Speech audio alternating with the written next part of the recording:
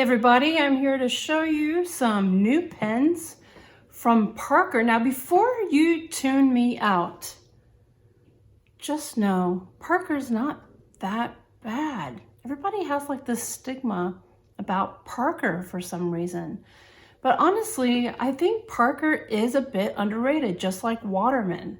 That being said, I did recently watch a video by Penboy Roy about the Parker 51, the new edition of the Parker 51. It's a new reinterpretation of the popular pen from around the 1950s, 1960s that is very popular because of its smooth writing experience and of course of its classic aesthetics. And so what I have to show you today, I have two Parker 51s in two different versions. I have one in this box is the steel nibbed version. And then in this box, I have the 18 karat gold nib version. And so what I'm gonna do is I'm gonna go through each of these pens and do kind of like a side-by-side comparison of the two. And of course, that'll be followed by a writing sample where we could see how both of them write. Let's take a look at the steel version, the steel nib version first. So it does have this cardboard outer sleeve and they both come that way. So I'm gonna go ahead and just slip them right out like this, just to make it easier to get to these pens to show to you. It comes in a pretty austere, classic gray box with the Parker logo on the front. And you open this up and your pen is secured on top of this velvety pillow top thing.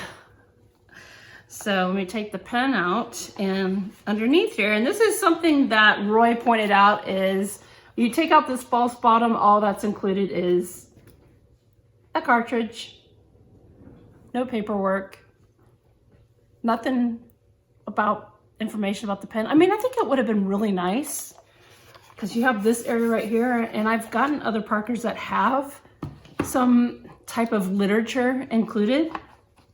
But you know, just like a little fun brochure or pull out information about perhaps, you know, the history of the Parker 51 and how is this one different, or how does it compare something, or maybe like something that says how they're, you know, paying an homage to the original. Anything. I mean, even like a warranty, just to kind of know where we all stand with that would be nice. But no, we didn't get one of those, but we did get the pen. And so here we go. Let me pull this out of the box. And here is the Parker 51 in the reinterpreted edition. And it comes in several colors. It comes in a teal, a dark blue, as well as black. And this one is burgundy. So it's burgundy barrel made out of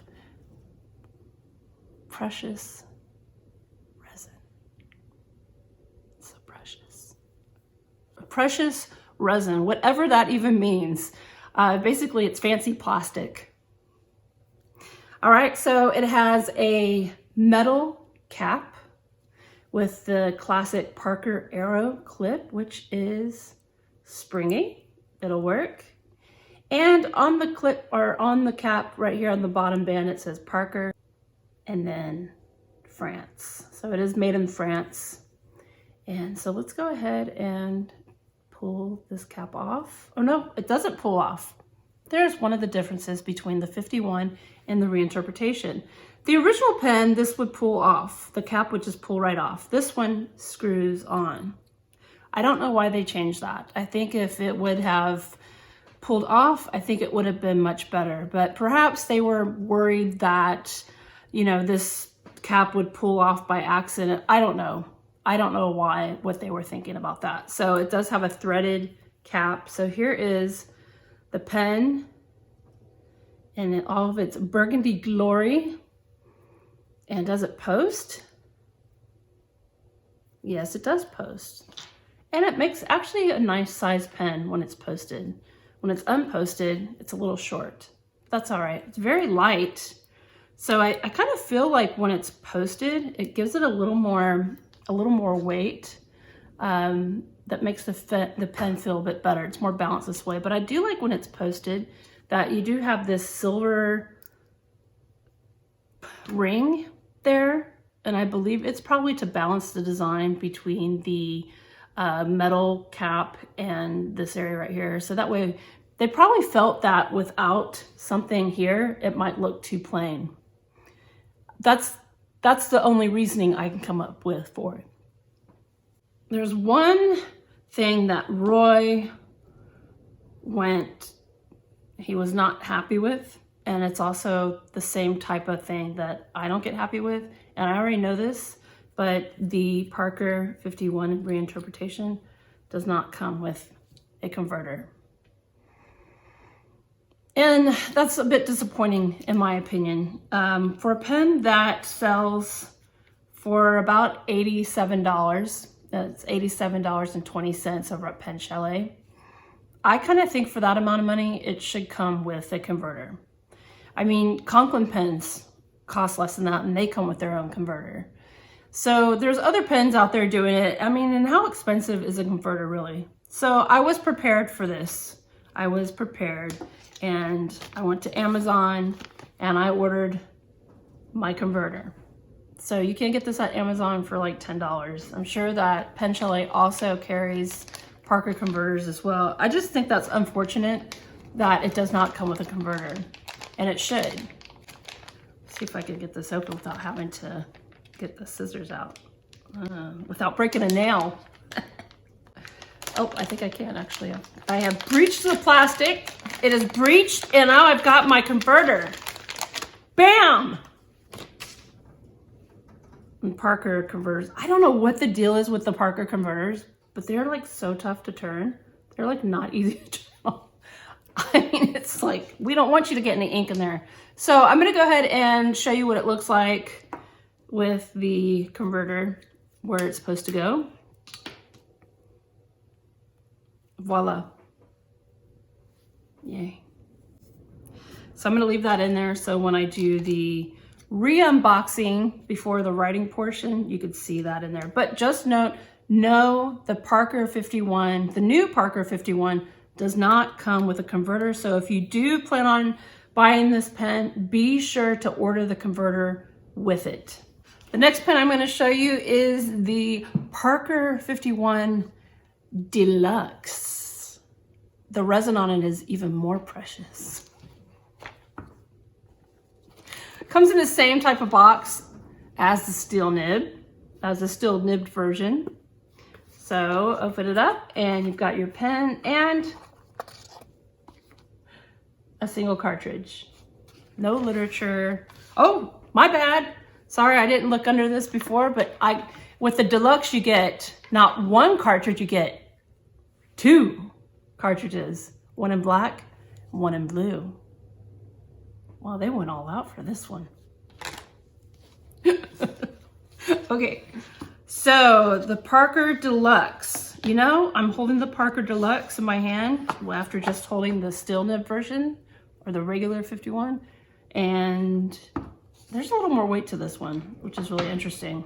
We'll get more into the differences here in a second. But first, let's take a look at the Parker 51 Deluxe with even more precious resin. Now this pen comes in black, and this version I have is plum. I ordered the plum because I thought it would be a little more interesting than black, but I think the black would have been classy as well. Again, the cap does not pull off, but it is threaded. And again, you've got the matching band that matches the cap, and it does post. I do find the plum and gold to be very good looking. It does post. It does make it, I think that's what their weight is all in this cap. And so when I have it posted, it does feel like it's a little bit heavier in the back, but it still feels balanced. It's not horrible, but yeah, it's very interesting how the differences are. And I do have a concern regarding the cap and this pen. Is what I worry about is that, is this gonna scratch up my precious resin? You know, that I think that's a valid worry to have. You know, if I keep doing this, I feel like there's a plastic piece in there what holds the cap on to the end of the barrel, but I cannot help but to worry, is it going to scratch up my plastic, my really precious resin. Let's take that barrel off, and on the section, now the Deluxe does come with a converter, and that's because it's Deluxe. So I think the difference between the steel nibbed and the gold nib version of this pen is if you spend a little more money, they'll throw in the converter. Why not? Now let's go ahead and let's compare the two pens together. All right, so in this hand I have the regular 51, and then in this hand I have the Deluxe 51. And pretty much what looks like the caps are very similar.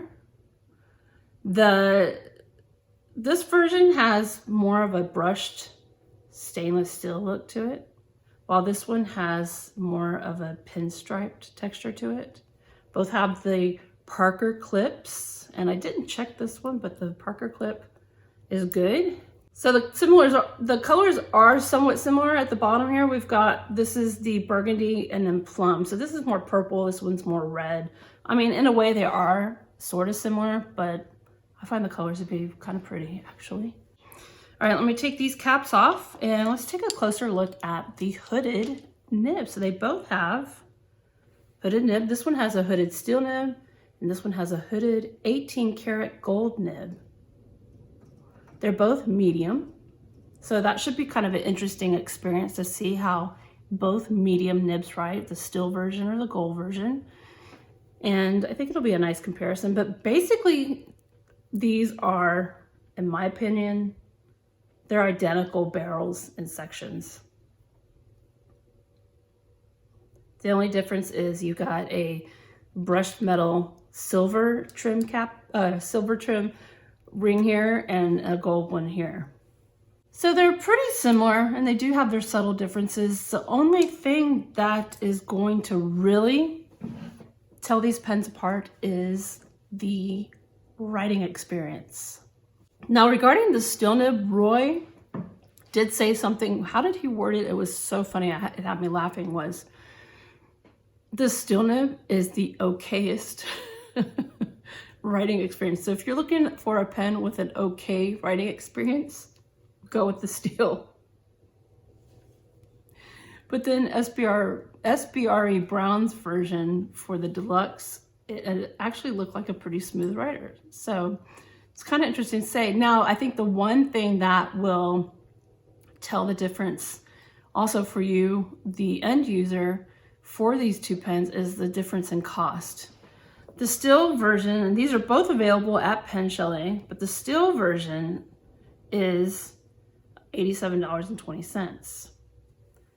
The 18 karat gold version is $248. So there is about a couple $100 difference between the two. So based on the writing experience, let's see if is it best to get this one, the inexpensive one, and then pitch in the extra 10 bucks. So it'd actually be with you having to buy a converter on top of that, because the converter is about $10 at Amazon.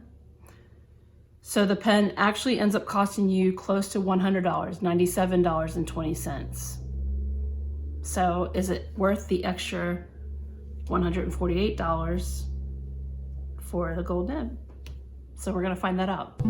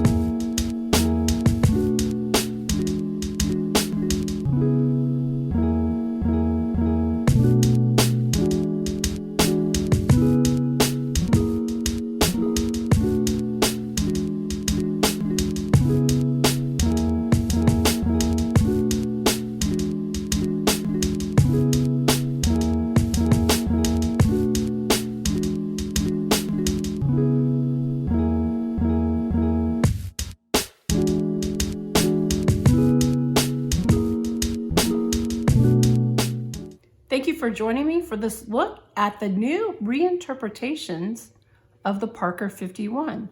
That would be the Parker 51 and the Parker 51 Deluxe. Both are pretty much the same as far as appearance is concerned, but I have to say between the two pens, I thought the steel nib was okay. But I do think that the 18 karat gold nib is the better writing experience, and that's just my personal opinion. But usually with the gold nib, it's a smoother writing experience, and that's usually how it goes. So to try these out, I would have to say that I would prefer to spend the extra money on this pen, just because it has the 18 karat gold nib and it writes pretty damn good. I wish I had a vintage Parker 51 to compare these with, like the third party to do all this with. But unfortunately, I do not have one. But that doesn't mean I haven't been searching for one. I've been searching for a decent one on eBay.